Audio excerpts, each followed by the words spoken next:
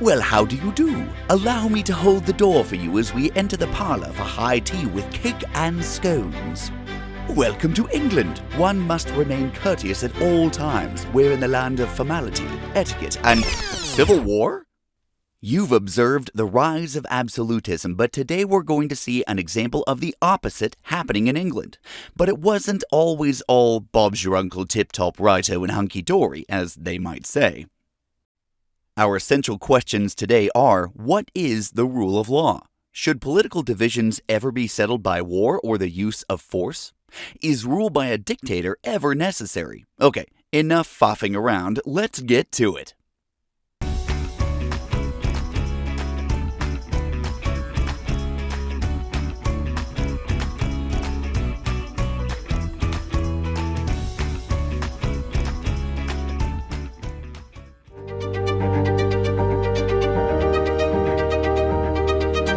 Let's start off by analyzing the following statement. No ruler is above the law. Do you agree? Why or why not? In absolute monarchies, a ruler is above the law. But England questioned the practice long before the rest of Europe even went through absolutism. Let's find out how. In its earliest form, Parliament, now the British legislative body, was basically when the king and nobility would get together and talk shop. The king would get advice from Parliament, but in the end, he usually just did what he wanted. But in the 13th century, King John abused his power to such an extent that the nobles revolted. They captured London and presented him with the Magna Carta, or Great Charter, in 1215. The Magna Carta declared the king subject to the laws of his country and laid out the rights of free men. This established the principle of the rule of law. Essentially, the law rules everyone, including the monarch. This was huge. Now, the king was obliged to ask Parliament before making monetary decisions, such as levying taxes. Let's briefly review this section by sharpening a skill from our historian's toolbox. What caused the nobles to rebel against King John? What was the effect of the Magna Carta? Can you predict any long-term effects of the Magna Carta that weren't mentioned in the video?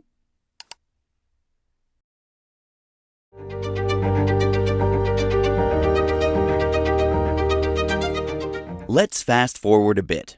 Elizabeth I was Queen of England from 1558 to 1603.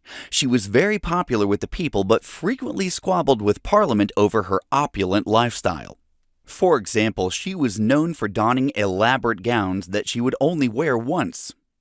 At the end of Elizabeth's lavish life, she had no heirs to inherit the English throne, so the crown passed to her nephew, James VI of Scotland. That's right, the King of Scotland also became James I, King of England, and inherited a huge debt. England had the Magna Carta and the idea of the rights of man. However, James was raised in Scotland, and these concepts were foreign to him. In fact, James was an absolutist who believed in the divine right of kings. James inherited a religiously divided nation. The state-sponsored Church of England was the country's official religious entity. But English Puritans held that the Church of England was still too much like Catholicism and needed to be purified. On the other hand, Catholics wanted more rights. Elizabeth forbade them from participating in government and fined them for not attending church masses. James was no more sympathetic. Anti-Catholic sentiments were exacerbated when in 1605 several Catholics were arrested in the Gunpowder Plot, a botched attempt to detonate 36 kegs of gunpowder under a Parliament building, assassinate James, and replace him with a pro-Catholic monarch. These religious divisions are notable for James, aside from the obvious, not wanting to get blown up. As an aspiring absolutist, he demanded religious uniformity under the Church of England. In fact, the King James Bible, put together by James scholars and later the best-selling book of all time, was the only authorized translation. The Puritans, many of whom were members of Parliament, denied the notion of the divine right of kings, so naturally, the two sides clashed.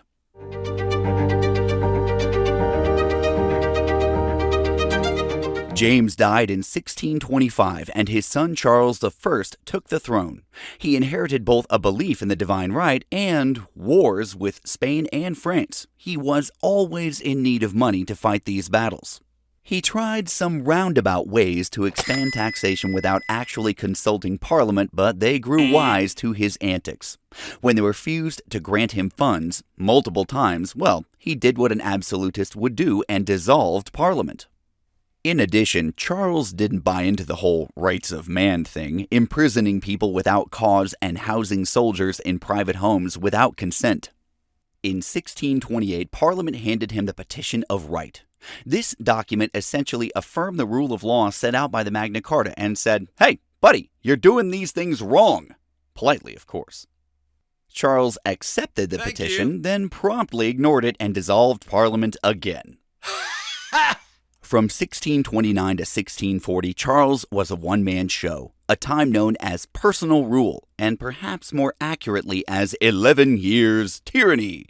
On his own, he imposed fines on his subjects to raise money. He rankled Puritans by removing them as ministers from the church, as well as Presbyterian Scots, by imposing the rituals of the Church of England on their services. And we've mentioned the Puritans a few times. Yes, this is the same group that sailed to North America in search of religious freedom, particularly during Charles' personal rule. Personal rule worked as long as Charles didn't need to raise money to fight a war, but remember how he annoyed the Scots and tried to reform their church?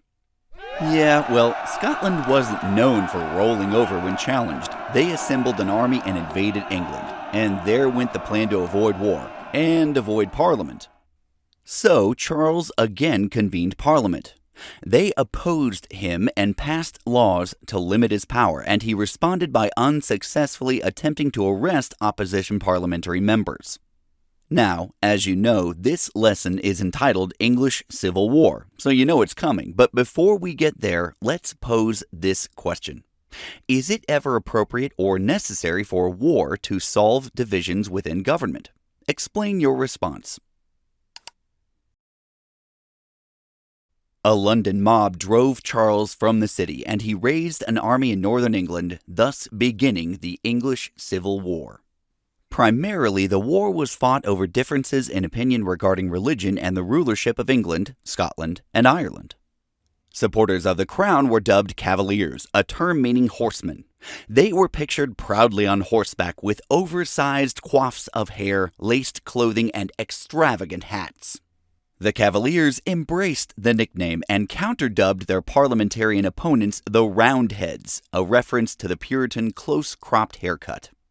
Parliament took the upper hand when they sanctioned the creation of a skilled fighting force, the New Model Army. This largely Puritan group of soldiers was highly trained and radically religious, with many believing that they were carrying out the will of God by punishing Charles for his misdeeds.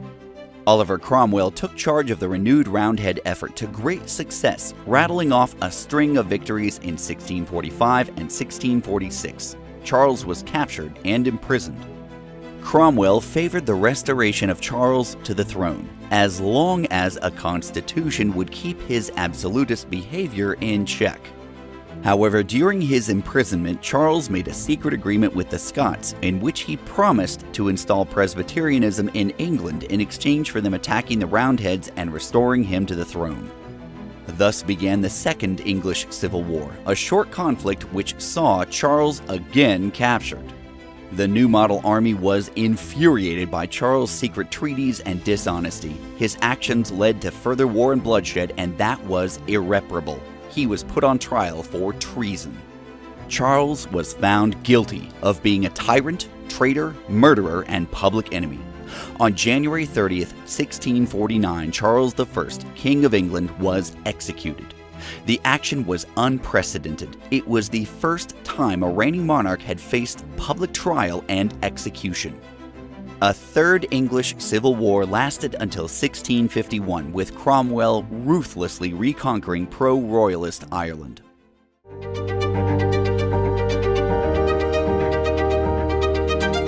England had just endured a series of civil wars. Their king had been publicly executed.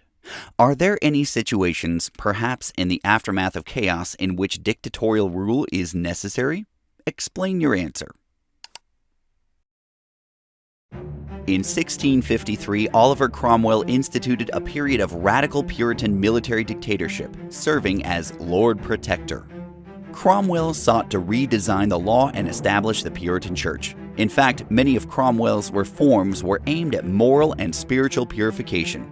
He abolished sinful activities such as theater, dancing, and sports. Does it surprise you that Cromwell would essentially replace a monarch who desired absolute power with his own military dictatorship? Why or why not?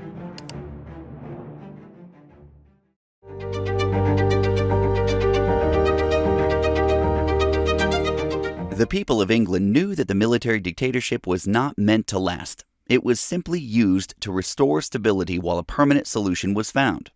Cromwell died in 1658, leaving the rule of England in question. What would happen next? Well, you'll have to come back and find out. In the meantime, keep searching because history is everywhere. Hey, hey!